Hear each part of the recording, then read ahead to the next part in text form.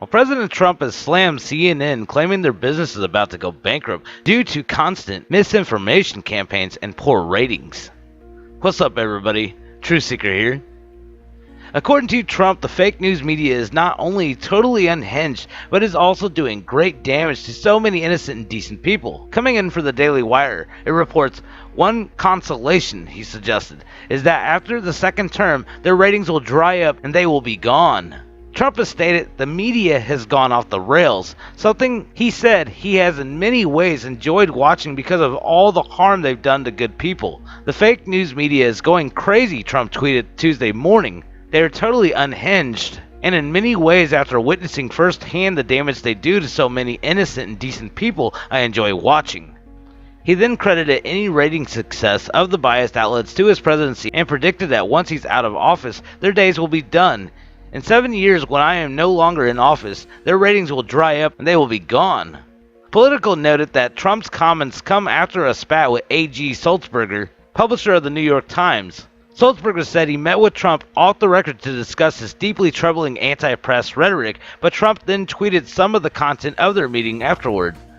A few hours after predicting the downfall of his enemies in the media, Trump retweeted a post by his son celebrating the harsh welcome his supporters gave one of the more vocal critics of his administration, CNN reporter Jim Acosta, at a Trump rally in Tampa Tuesday.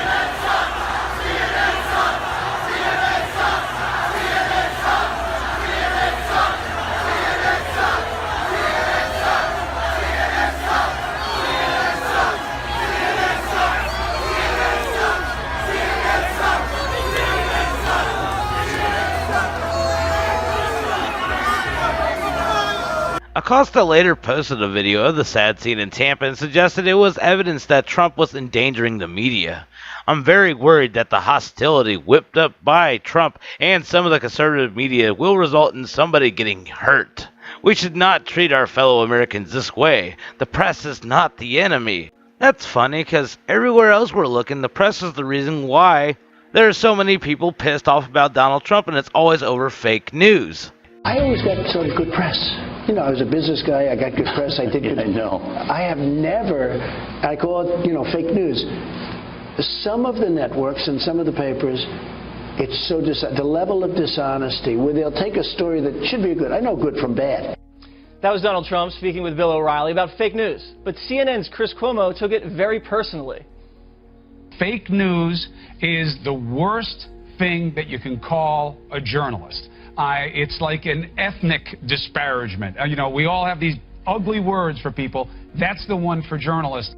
Now, I've never met Cuomo, but he seems like an all right guy. But the phrase fake news is equivalent to the N-word? I don't think so. After Trump's victory on November 8th, rumors spread online that transgender teens were killing themselves in response. A Guardian writer tweeted out this unsubstantiated rumor, and then the lie spread. Multiple other outlets picked it up, and at the end of the month, the story had been shared nearly 100,000 times just on Facebook alone. The original tweet was deleted, but there was no factual basis for it. Nevertheless, it was whipped up an incredible amount of anti-Trump hysteria, completely irresponsible. Number 2.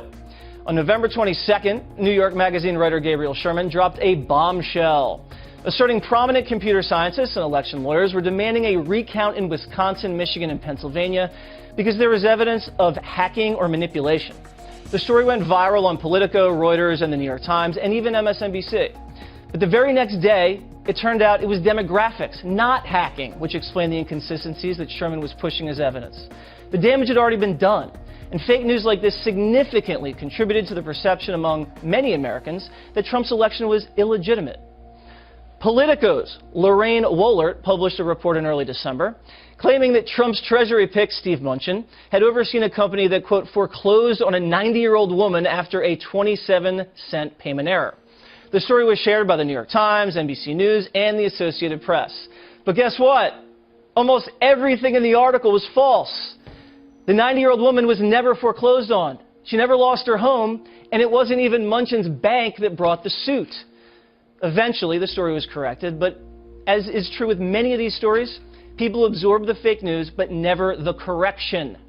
On January 26th, the Washington Post's Josh Rogan dropped this bombshell, that there was a mass exodus at the State Department in protest of Donald Trump. writing that, quote, the State Department's entire management team just resigned unexpectedly. The story was shared tens of thousands of times on social media, reposted by the Washington Post, Bloomberg, and ABC News. But the truth is, this is standing operating procedure.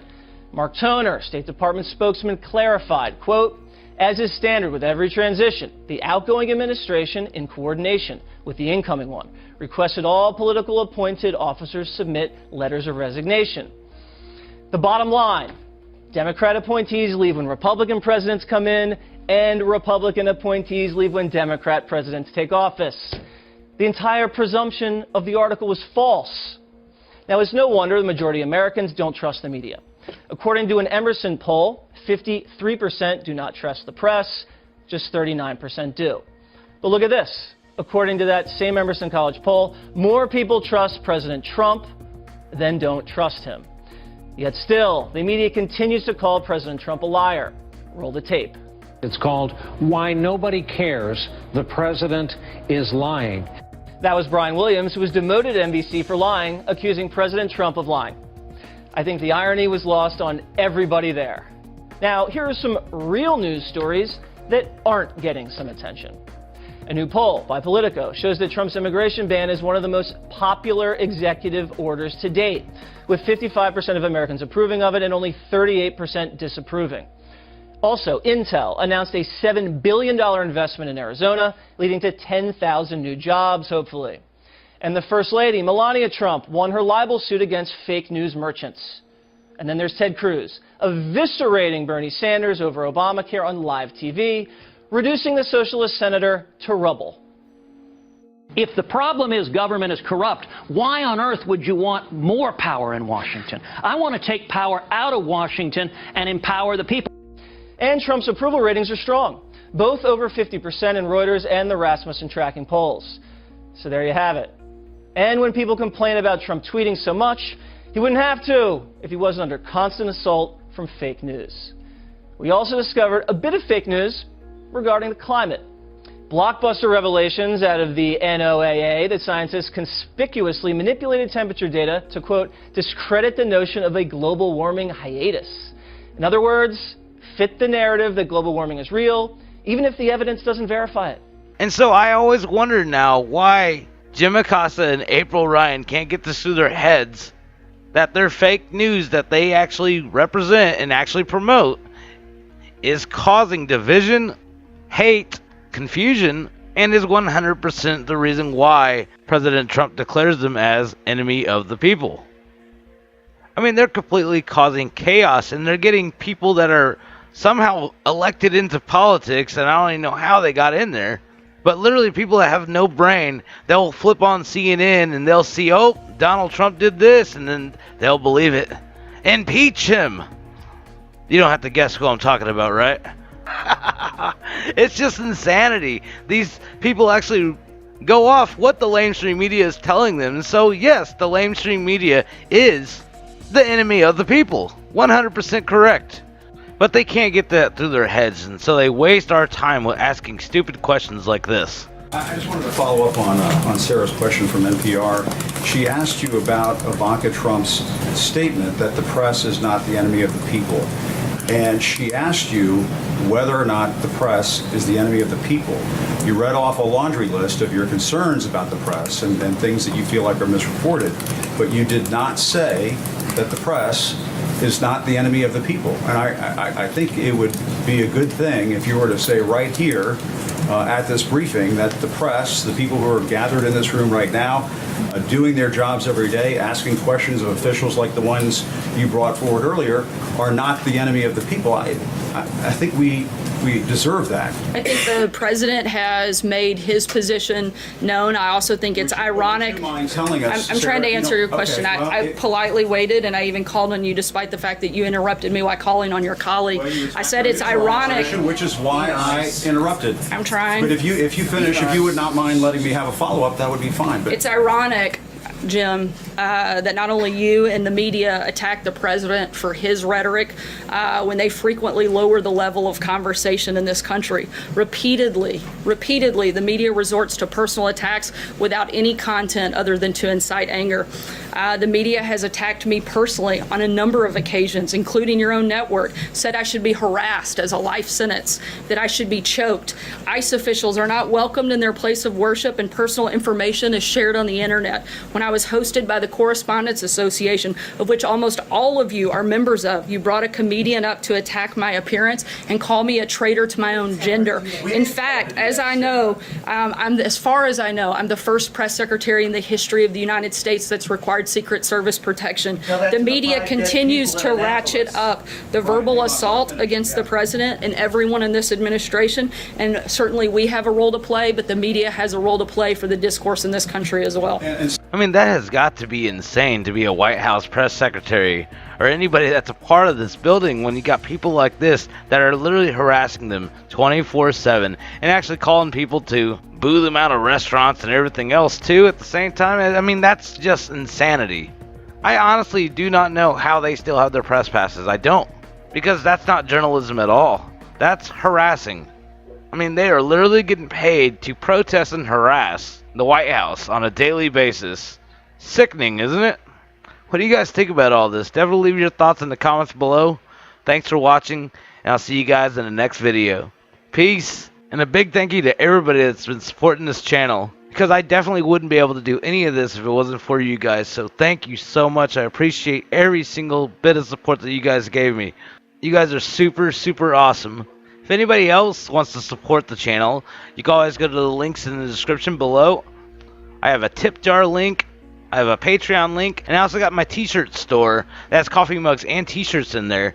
And if you have bought a coffee mug or t-shirt, please submit a picture to me with you either wearing it or holding it, and I will feature it in my next videos. Thank you guys so much. You guys are so awesome. And like I said earlier, I'll see you guys in the next video. Peace. A few years ago, ideas that we talked about were thought to be fringe ideas, radical ideas, extremist ideas. Those ideas are now mainstream. I just don't even know why there aren't uprisings all over the country. And if you see anybody from that cabinet in a restaurant, in a department store, at a gasoline station, you get out and you create a crowd. And you push back on them. And you tell them they're not welcome anymore, anywhere. Do something about your dad's immigration practices, you feckless. What's Uncle Tom but for white women who disappoint other white women? One way you get rid of Trump is a crashing economy, so please bring on the recession. When was the last time an actor assassinated a president? I have thought an awful lot about blowing up the White House.